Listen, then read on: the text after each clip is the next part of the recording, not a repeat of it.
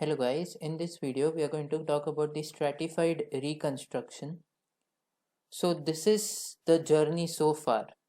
We were given with two images. We first found some initial correspondences, some initial corresponding points. With that we estimated the fundamental matrix. Then with the fundamental matrix we can search for an epipolar line for each point that is in one image, and we can get a dense correspondence. So with this point we are searching where is this point, the corresponding point in this line, and we get a dense correspondence for every point of this image.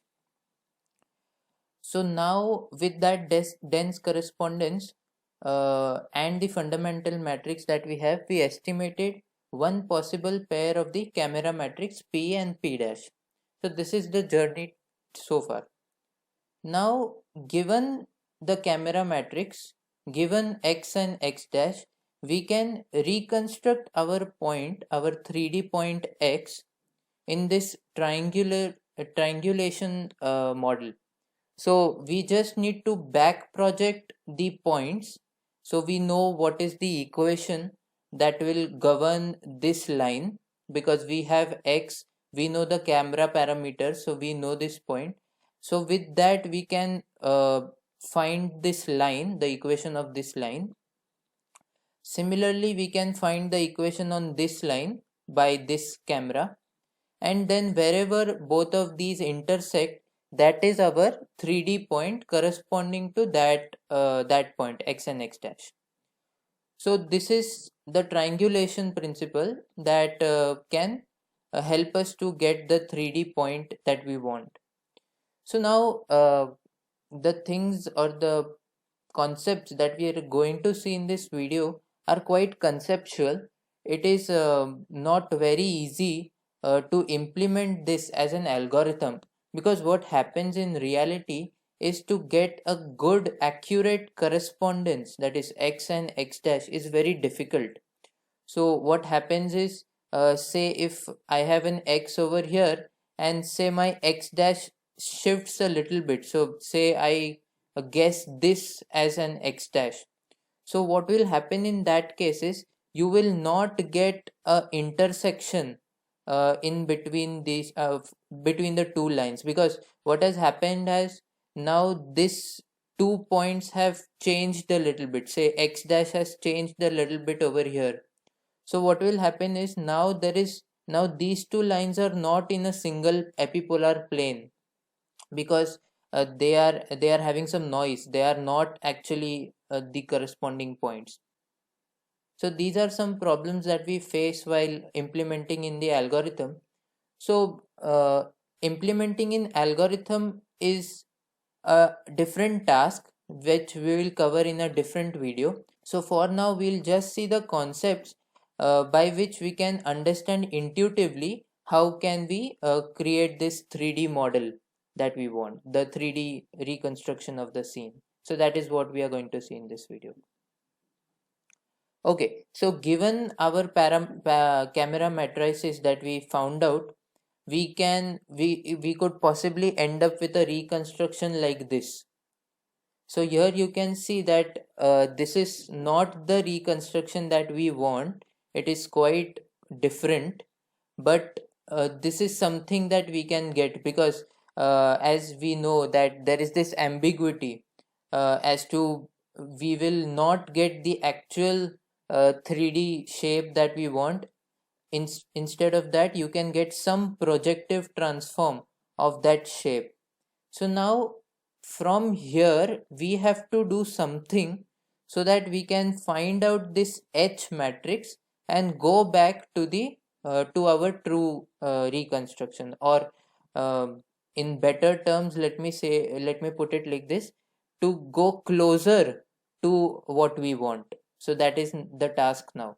We have to find out an H such that we go closer to our true reconstruction. Okay, so if you see this reconstruction over here, and if one asks you why this is wrong, so you can say that this thing over here, which basically corresponds to this roof, is parallel in reality. So these two lines are parallel in the 3D world, but here they are not parallel. Here you can see that they will intersect somewhere. So this is one of the drawback that one can rectify. So you can make parallel lines parallel and try to get closer to the 3D shape that you want. So now it is impossible for the algorithm to understand which line is parallel. So if you are just doing a geometric reconstruction without deep learning or any other stuffs like that, it is near to impossible to know which lines are parallel in the 3D in the real 3D world.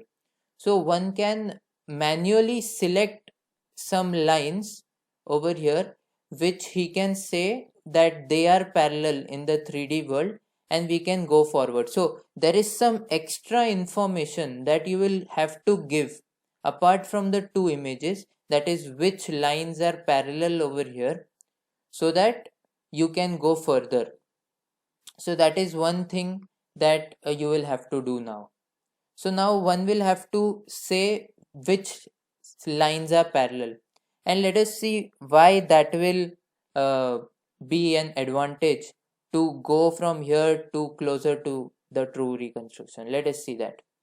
So for that, let us first revise some concepts of parallel lines. So we have seen this in the basics video, that given two lines, if they are parallel, so in 2D, if in two dimensional there are two lines that are parallel, so when we try to get their intersection, we'll see this kind of a point, which is 0 at the third place.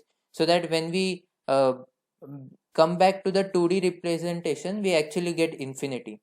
So this is a point that can be said as the point at infinity, because this actually represents infinity in the 2D plane. So this is something that can be called as a point at infinity. Now, similar to point at infinity, there is something known as a line at infinity. So what happens here is, consider this image over here. So this image is actually an image of a floor, a tile, image of a tile or something. So here you can see that these lines are actually parallel. So these lines are parallel.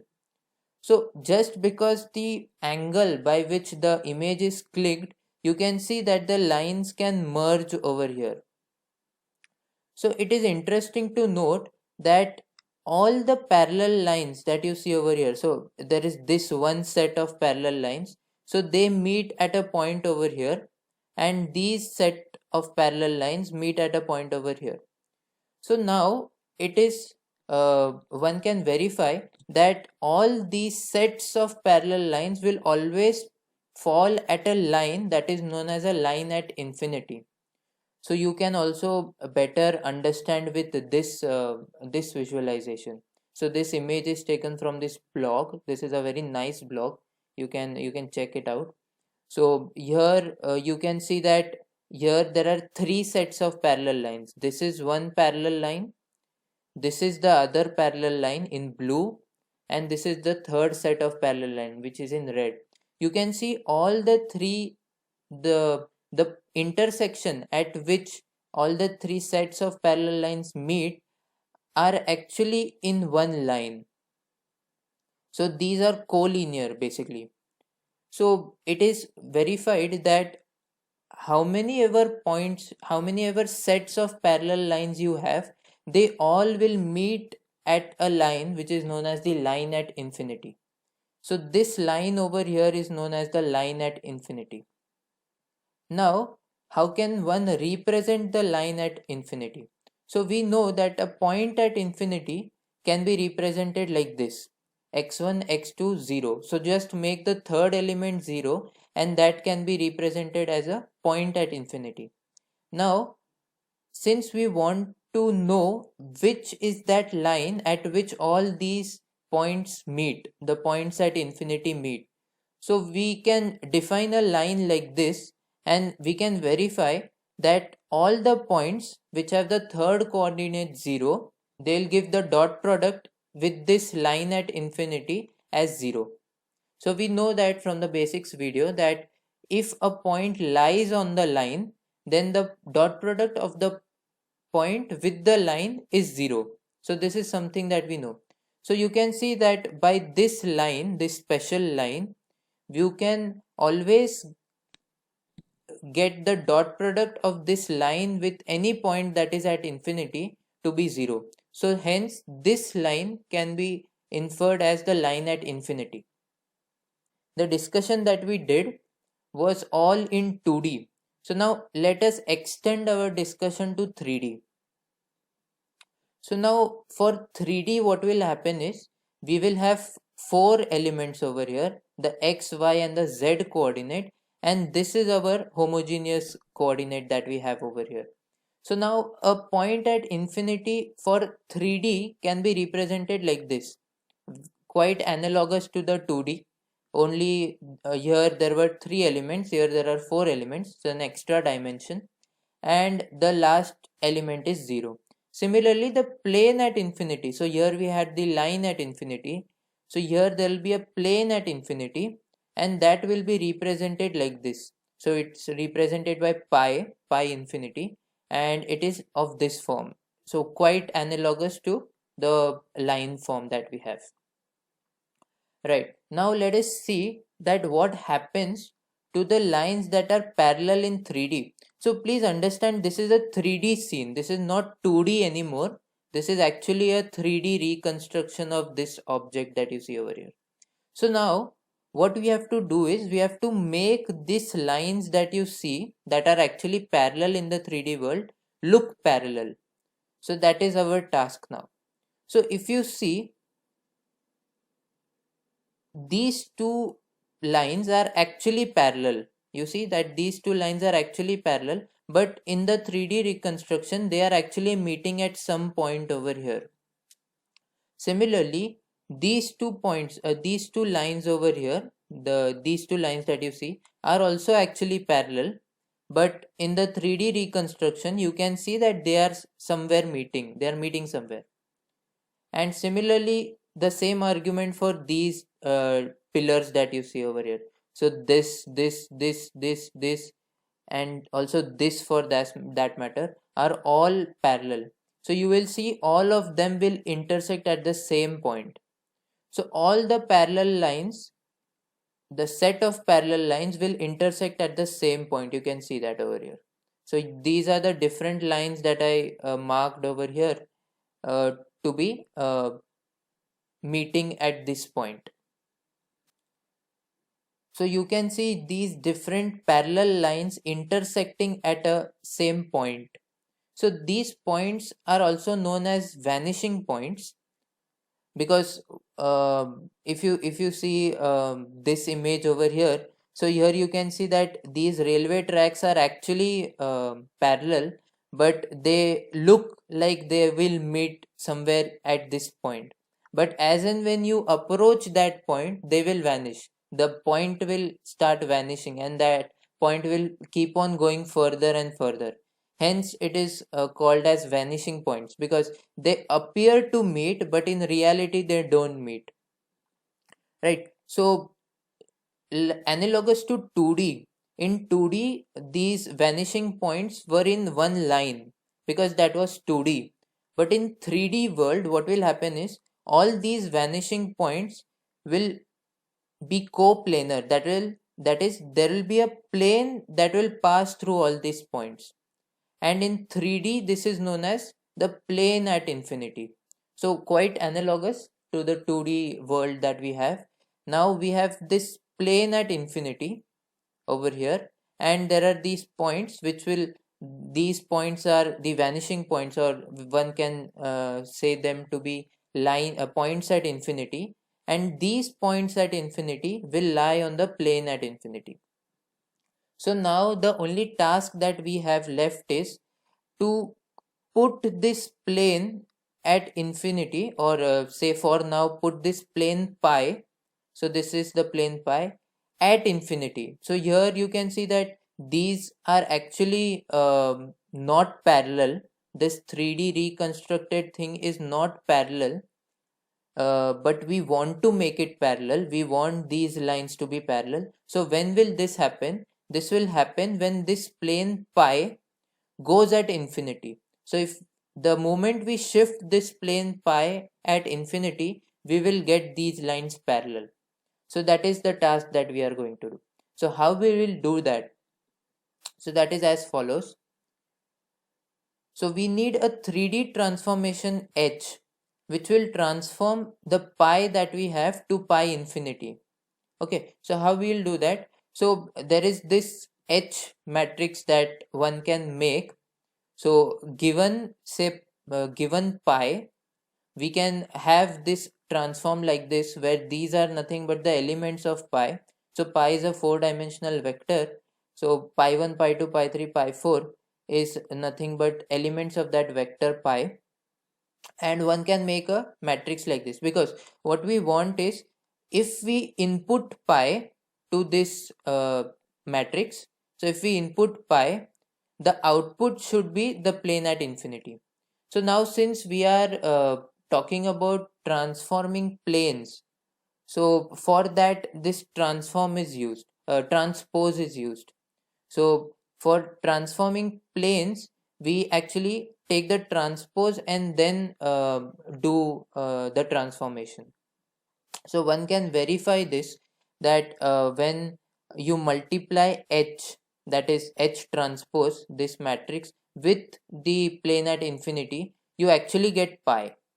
So similarly, if you take the inverse, so H inverse transpose pi will give you this plane at infinity. So this was transformation for planes, but in reality we want to transform the points that are there on this object, right? So to transform those points, we will use the same H matrix. So we don't need to take the transpose over here. So a H transform on all the points X. So all the different points that we have over here, when we transform these points with this matrix that is over here, you can shift the pi, the plane pi, to pi infinity. So you can see that this matrix is also quite analogous to our 2D homography matrix. So here you can see that this thing, this 3 by 3 matrix actually is analogous to the rotation in 2D. So here this can say that there should be no rotation of the object, there should be no translation of the object, just some projective transform or some homography transform will do what is required. So that is what one can infer from this matrix, right? So this is what is known as an affine reconstruction, because we are just trying to preserve the parallelism. So lines that are parallel will remain parallel in an affine transform. So hence this is known as an affine reconstruction. So steps for this affine reconstruction is as follows. So select 3 sets of parallel lines in the image. So now this is other constraint. It is important that the image that you have, the two images that you have, they should have parallel lines. If they don't have parallel lines, this will not work, because then you will not be able to locate where is the plane at infinity. Or else what you can do is, you can select some object which is very far. Say there was a moon over here, suppose there is a moon over here. So since this object is very far, you can assume that to be on infinity. So now you can select any 3 points on this object. So given any 3 points on the object, you will know that these 3 points are actually at the points at infinity, and with those 3 points you can construct a plane equation, because you just need 3 points to represent or uniquely know the parameters of a plane. So you need 3 points. Either you can select some points that are very far, like the moon, which lie on infinity, or you can select parallel lines, and using this parallel lines you will get 3 vanishing points. So 3 sets of parallel lines will give you 3 vanishing points. With these vanishing points you can get this pi, and given this pi you can construct h by this formula. I mean like this you can construct h and then shift pi to pi infinity, and then finally you will get a reconstruction something like this. So here you can see that the lines that should be parallel are parallel. So this line that we saw is parallel now. This line and this line is parallel. All these lines are parallel. So this is what we get now. So here one can see that there is a problem, that this is actually quite this is not perpendicular to the ground. This house should be actually perpendicular to the ground. So that is something that we know, that is other extra information, that this is perpendicular to the ground. So for now, for in affine reconstruction, this is the best that we can get. That is, we can get a reconstruction which preserves the parallel lines, and by this we are slowly moving closer to the true reconstruction that we want. So that's all for this video. We'll see in the next video how can we go more closer to the true reconstruction by applying some other transformation over this reconstruction. So that will be our next video.